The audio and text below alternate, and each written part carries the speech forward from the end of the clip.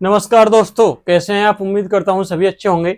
जो सरकारी कर्मचारी होता है उसके लिए कहा जाता है कि जो पेंशन है वो बुढ़ापे की लाठी होती है। देखिए, जब आप बुजुर्ग होते हैं नौकरी के दरमियान ही इतनी सारी बीमारी जो इंसान को लग जाती है, तो उसके गुजारे के लिए, अपने गुजारे के लिए, पति पत्नी के गुजारे के लिए ये चीजें बहुत ही ज्यादा जरूरी होती है। आप लोगों को पता है बुढ़ापे में कोई भी साथ नहीं देता है, तो इसको लेकर बहुत समय लंबे समय से मांग चल रही थी कि जो पुरानी पेंशन है उसको लागू किया जाए। देखिए, जो नई पेंशन स्कीम थी, जो एनपीएस थी, एक बार उसके बारे में मोटा मोटी बताइए। एनपीएस में क्या था कि जो कर्मचारी है 10% उसके अकाउंट से कटता था उसके वेतन से, और 14% इसमें क्या था, गवर्नमेंट जमा करती थी। और आपकी ये जो राशि है ये बाजार में लगाई जाती थी, स्टॉक मार्केट में लगाई जाती थी। जिस हिसाब से अब आपको पता नहीं होता था कि आपका पैसा कहां पर लगा है, वो सब सरकार को पता है। आपको घाटा हो या फायदा हो, वो सभी सरकार को पता था। और उसी के आधार पर जो आपकी जो राशि थी स्टॉक मार्केट में, जो स्टॉक मार्केट से जो कमाया जाता था, जो राशि आपकी बनती थी, उसी के हिसाब पे आपकी जो पेंशन जो है निर्धारित की जाती थी। और ऐसे उदाहरण आए कि जिनकी जो कम सर्विस थी, कि किसी को 1500 रुपये महीने जो है पेंशन मिल रही है, किसी को 2500 मिल रही है, किसी को 4000 रुपये महीने मिल रही है, जिसमें यदि कोई बीड़ी सिगरेट भी पीता होगा तो उसका भी खर्चा चलना नामुमकिन था। ठीक है, तो इसको लेकर जो है बहुत ज्यादा विरोध इसका शुरू हुआ, और इसको लेकर जो चुनाव में भी जो बहुत ही अहम मुद्दा रहा है जो पेंशन का।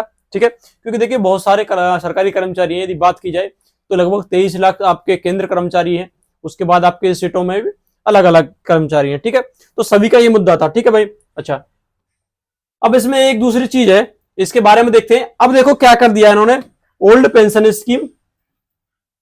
पेंशन स्कीम ओपीएस और जो न्यू पेंशन स्कीम है एनपीएस को मिलाकर एक अलग बना दिया यूपीएस। क्या बना दिया है, अलग बना दिया यूपीएस, जिसका नाम है यूनिफाइड पेंशन स्कीम। एक अलग पेंशन की परिभाषा दे दी है यहाँ पर, यूपीएस यूनिफाइड पेंशन स्कीम। ठीक है, इसमें जो शामिल हो सकते हैं। अच्छा, इसमें यूपीएस में देखो क्या, एक बार देखते हैं। इसमें देखो 99% से ज्यादा जो सरकारी कर्मचारी को यूपीएस स्वीकार करने पर फायदा होगा। जो अश्विनी वैष्णव है, जो कि रेल मंत्री भी थे और आपके जो सूचना मंत्री भी हैं। ठीक है, एनपीएस के तहत सेवानिवृत्त कर्मचारियों को यूपीएस स्वीकार करने का विकल्प है। कर्मचारियों का कोई बोझ नहीं, कर्मचारियों पे क्या है, इसके तहत जो कर्मचारी जो है वो भी 10% ही देंगे। 10% जो अपनी जो सैलरी से जो भी हिस्सेदारी दे रहे थे, लेकिन अब सरकार पहले जो 14% दे रही थी उसकी जगह पर 18.5% देगी सरकार, 18.5% देगी। अच्छा, और देखो कर्मचारियों पर कोई बोझ नहीं, सरकार ने अपना योगदान बढ़ाकर 18.5% किया। ठीक है, देखो इसके बारे में हम देखेंगे पूरे विस्तार से। ठीक है, मूल वेतन का 50% सेवा ने जो सुनिश्चित। अब इसमें क्या कर दिया है, यदि आपने 25 साल, यदि आपने सर्विस 25 साल, अब तक देखो ओल्ड पेंशन स्कीम में क्या था कि 20 साल था, 20 वर्ष था। यदि उसने 20 वर्ष की सर्विस पूरी कर ली है तो उसे जो भी लाभ है वो मिलेंगे। ठीक है, लेकिन इसमें क्या कर दिया मेरे भाई, इसमें कर दिया यदि 25 साल की 25 ईयर की सर्विस होनी चाहिए। 25 ईयर की सर्विस होने के बाद आपको क्या है, आपको मूल वेतन का 50% जो उस समय का, उस ईयर का चला होगा, पूरे जो रिटायरमेंट से पहले जो 1 साल है उसका जो मूल वेतन है उसका एवरेज देखकर उसका 50% दिया जाएगा। उसका क्या दिया जाएगा, 50% दिया जाएगा। और आपकी महंगाई के हिसाब से आपकी ये पेंशन जो है वो बढ़ती रहेगी मेरे भाई। ठीक है, इसमें ये मतलब नहीं रहेगा कि 10% या फिर, ठीक है, उसमें कितनी भी आपकी सर्विस वो हो, लेकिन आपकी 25 जो साल है वो आपकी सर्विस पूरी होनी चाहिए। तो आपको कितना मिलेगा, 50% आपका क्या है, वो मूल वेतन का 50% आपको क्या मिलेगी, पेंशन मिलेगी। ठीक है, देखो बहुत महत्वपूर्ण मुद्दा है भाई ये। इसमें देखेंगे एक बार हम विस्तार से एक बार देखते हैं। ठीक है, देखो इसमें दिया है 23 लाख केंद्र कर्मचारियों के लिए यूपीएस है जो है यूनिफाइड जो पेंशन स्कीम को कैबिनेट की मंजूरी है। कल जो बैठक हुई थी, एक बार मैं विस्तार से पढ़कर बता देता हूं। हाल के चुनाव में विपक्ष की तरफ से पुरानी पेंशन स्कीम ओपीएस लागू करने का मुद्दा बनाने की केंद्र सरकार ने काट खोज निकाली है। केंद्र सरकार ने 23 लाख कर्मचारियों के लिए सरकार ने यूनिफाइड पेंशन स्कीम यानी यूपीएस लागू करने का फैसला किया है, जो मौजूदा एनपीएस के साथ ही लागू रहेगी। ठीक है, उसके साथ ही लागू रहेगी। यूपीएस के तहत सरकारी कर्मचारी को 25 साल काम करने पर पूरी पेंशन मिलेगी। मैंने बताया था ना, पहले ओल्ड पेंशन स्कीम में क्या था कि 20 साल आपकी सर्विस हो तो आपको पूरे फायदे मिलते थे आपके पेंशन के। ठीक है, आप 25% बढ़ाकर कर दिया है। इसका फॉर्मूला यह है कि अगर कर्मचारी ने 25 वर्ष की सेवा दी है तो उसके अंतिम कार्य वर्ष के 12 महीने के औसत मूल वेतन की 50% राशि बतौर पेंशन दी जाएगी। अगर सेवा काल 10 से 25 वर्ष तक का है तो पेंशन की राशि समानुपात आवंटन के आधार पर तय होगी। ठीक है, पेंशन जब भी दी जाएगी लेकिन उसका अलग जो अनुपात रहेगा। ठीक है, यूपीएस में सुनिश्चित पेंशन परिवारों की पेंशन सुनिश्चित न्यूनतम पेंशन की राशि की महंगाई दर के साथ जोड़ने और सेवानिवृत्त के साथ ग्रेच्युइटी के अलावा भी एक सुनिश्चित राशि के भुगतान की व्यवस्था की गई है। ठीक है, ग्रेच्युइटी की भी व्यवस्था है, उसके अलावा जी एक सुनिश्चित राशि के भुगतान की। इसमें क्या कर दिया है, सुनिश्चित राशि में इन्होंने क्या कर दिया है कि आपकी जो भी सैलरी रहेगी, जो आपकी लास्ट सैलरी रहेगी, जो लास्ट सैलरी रहेगी जब आप रिटायर हो गए, लास्ट सैलरी के हिसाब से आपको 6 मंथ की क्या है, आपको अलग से सैलरी दी जाएगी। 6 मंथ्स की अलग से सैलरी दी जाएगी।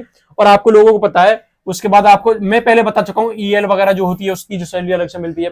पहले ईएल के बारे में भी बताऊं, कुछ दिन पहले एक संशोधन हुआ था कि पहले क्या था कि जो हमारी 300 सीएल काउंट होती थी। ठीक है, 300 ईएल जो काउंट होती थी, यदि आपके 300 ईएल जमा है, कितनी भी जमा हो, आपको 300 ईएल का पैसा मिलता था सैलरी के हिसाब से। लेकिन अब क्या है, आपकी जितनी भी जमा होंगी, आपकी मान के चलो 900 ईएल जमा है, 900 आपकी ईएल जमा, तो आपको 900 ईएल का ही पैसा मिलेगा जब आप रिटायर होगे। ठीक है, तो ये है आपको जो क्या मिलेगा इसमें रिटायर के समय में, ग्रेच्युइटी तो मिलेगी, आपकी जो लास्ट सैलरी है उसकी 6 महीने की सैलरी भी आपको एक्स्ट्रा दी जाएगी जब आप रिटायर होते हैं। ठीक है, आप रिटायर होते हैं तो। ठीक है, देखो इसके आगे पढ़ते हैं। एक तरह से पुरानी पेंशन स्कीम की तरह ही होगी, लेकिन अंतर सिर्फ इतना होगा कि ओपीएस में जहां कर्मचारी को योगदान नहीं देना होता था, यूपीएस में जो, देखो इसमें क्या है, ओपीएस की तरह ही है, ओल्ड पेंशन स्कीम की तरह ही है। इसमें क्या है, देखो पहले क्या था, जो ओल्ड पेंशन स्कीम में था वो उसमें कर्मचारी कोई भी योगदान नहीं देता था, कर्मचारी के जो सैलरी से कुछ नहीं कटता था। लेकिन अब कर्मचारी के जो सैलरी से 10% कटेगा, बस ये अंतर है। अब की बार सिर्फ ये फर्क है, कर्मचारी की जो सैलरी से 10% काटा जाएगा, बाकी 18.5% सरकार योगदान देगी। उसके बाद भी क्या है, जितनी भी कमी पड़ेगी उसके पेंशन के हिसाब से उसे जो सरकार वहन करेगी। ठीक है, पेंशन जो बाकी का जो अतिरिक्त भार होगा। ठीक है, देखो उसके बाद देखते हैं, यूपीएस की तरह ही है, देखो की तर्ज पर ही 10% योगदान देना होगा यूपीएस के लिए, कर्मचारी का कोई भी अतिरिक्त योगदान नहीं देना होगा।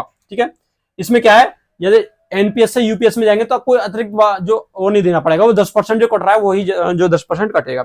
जबकि केंद्र सरकार की तरफ से पेंशन फंड में योगदान मौजूदा 14%, मैंने बताया था ना, सरकार 14% देती थी, कर्मचारी के जो सैलरी से 10% कटता था, से बढ़ाकर 18.5% कर दिया गया है। यह साल दर साल महंगाई दर आदि के कारण बढ़ता रहेगा। ये जो 18.5% है, ये भी महंगाई के हिसाब से बढ़ता रहेगा। ठीक है, केंद्र पर 2025-26 के दौरान ही 6250 करोड़ रुपए की अतिरिक्त बोझ पड़ेगा। ये 2025-26 में ही जो रिटायर होगा एनपीएस के तहत, ठीक है, जो एनपीएस के तहत जो रिटायर होगा उसे यूपीएस के हिसाब से अगर लाभ दिया जाएगा तो केंद्र पर कितना 6250 करोड़ रुपए का जो अतिरिक्त बोझ पड़ेगा। चुनावी माहौल में से सरकार की ओर से बड़ा राजनीतिक दबाव माना जा रहा है। पीएम नरेंद्र मोदी की अध्यक्षता में कैबिनेट की बैठक शनिवार देर शाम को हुई, जिसमें यूपीएस स्कीम के बारे में फैसला लिया गया। प्रसारण मंत्री अश्विनी वैष्णव ने बताया कि यह योजना 1 अप्रैल 2025 से लागू होगी। क्वेश्चन पूछा जा सकता है, अब देखो आपके कंपटीशन में भी क्वेश्चन बन सकता है, एक तो आपकी ओल्ड पेंशन स्कीम कब बंद करी गई, न्यू पेंशन स्कीम कब लागू की गई, और जो यूपीएस है, ये यूनिफाइड पेंशन जो स्कीम है वो आपकी कब लागू की गई या कब से लागू की जाएगी। इससे सीधे तौर पर केंद्र सरकार के 23 लाख कर्मचारियों को फायदा होगा। सरकार का आकलन है कि अभी कार्यरत 99% जो से ज्यादा केंद्र कर्मचारियों के लिए एनपीएस से ज्यादा यूपीएस आर्थिक तौर पर फायदेमंद होगी। वर्ष 2004 एनपीएस वर्ष 2004 से लागू है और तब से अभी तक जितने सरकारी कर्मचारी सेवानिवृत्त हुए हैं उनको यूपीएस के तहत पेंशन सुविधा लेने का विकल्प मिलेगा।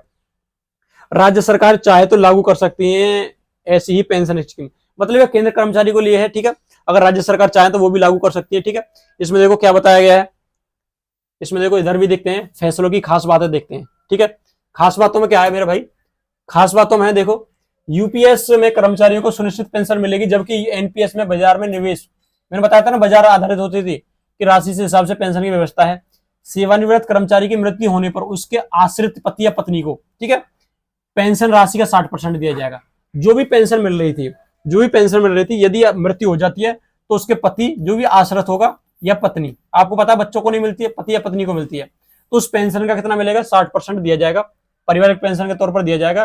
कर्मचारी का कार्य वर्ष चाहे जितना भी हो, उसकी पेंशन की न्यूनतम राशि 10,000 रुपए से कम नहीं होगी।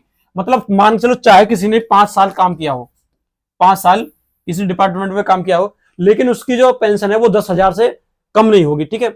आज की तारीख में जो न्यूनतम वेतन है उसके आधार पर न्यूनतम पेंशन की राशि 15,000 रुपए बनती है, जो है पेंशन की राशि को महंगाई के सूचकांक से जोड़ा जाएगा। मतलब जो महंगाई जिस हिसाब से बढ़ेगी, मतलब डीए जो है महंगाई जिस हिसाब से बढ़ेगी वो पेंशन में जुड़ता रहेगा, ठीक है। यानी खुदरा महंगाई इधर बढ़ेगी तो पेंशन की राशि भी बढ़ेगी। महंगाई भत्ता के आधार पर पेंशन, पारिवारिक पेंशन और न्यूनतम पेंशन तीनों का निर्धारण होगा। सेवा में संपन्न हर 6 माह के लिए, देखो इसमें क्या है, जब रिटायरमेंट होगा तो उसमें क्या है, सेवा में संपन्न हर 6 माह के लिए मूल वेतन की राशि 10% राशि एक मुश्त मिलेगी, जो ग्रेचुइटी के अलावा होगी। मोटे तौर पर 30 वर्ष की सेवा के लिए कर्मचारी की सेवानिवृत्ति 6 माह का वेतन अलग से दिया जाएगा। 6 माह का वेतन जो है अलग से दिया जाएगा, ठीक है भाई। ये थी। अच्छा, एक चीज और देखते हैं, देखो एक और है इसमें जो भी बताया गया है, ये तो चलता ही रहता है आरोप प्रत्यारोप, ठीक है। इसमें देखो, इसमें दिया गया है 2022 में पूर्व वित्त सचिव टीवी स्वामीनाथन की अध्यक्षता में एक समिति का गठन किया गया था ताकि एनपीएस की समीक्षा की जा सके। इस समिति ने केंद्र कर्मचारियों के संघ व दूसरे प्रतिनिधियों, राज्य सरकारों, आरबीआई, विश्व बैंक, राजनीतिक दलों समेत श्रम संगठनों के साथ विस्तार से विमर्श करने के बाद एक रिपोर्ट तैयार की थी। इसी रिपोर्ट के आधार पर यूनिफाइड पेंशन स्कीम लागू करने का फैसला किया गया है। सूचना और प्रसारण मंत्री अश्विनी वैष्णव ने कांग्रेस पर आरोप लगाया, ये तो चलता रहता, ठीक है।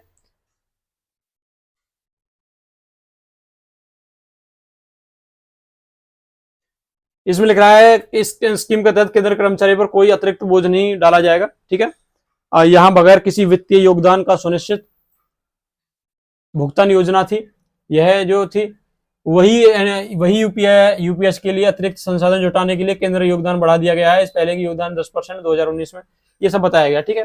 तो ये है भाई, और खुश हो जाइए जो कि हमारे दिल्ली पुलिस के भी कर्मचारी हैं, जो कोई भी केंद्र कर्मचारी है। और मैं बताऊं, देखो इतनी अच्छी जो चीज है, देखना भविष्य में ये आपके स्टेटों में भी, जो स्टेट की जो जॉब है उनमें भी ये लागू करेंगे स्टेट, ठीक है। अब जो ये जो सरकार है, इसके जो जितने भी स्टेटों में सरकार है वो तो खैर लागू करेगी, बाकी क्योंकि देखो अच्छा ये कदम है, अच्छी पहल है, ठीक है, ठीक है भाई। ये है। अब ओल्ड पेंशन स्कीम में सिर्फ इतना वो है अंतर इसमें 10% जो कर्मचारी है उसके जो सैलरी से काटा जाता है, ठीक है। बाकी सारी चीजें पहले जैसी, ठीक है भाई। यदि आपका कोई भी क्वेश्चन है, कोई भी डाउट है तो कमेंट बॉक्स में कमेंट कर सकते हैं। मिलते हैं अगली वीडियो में। जय हिंद।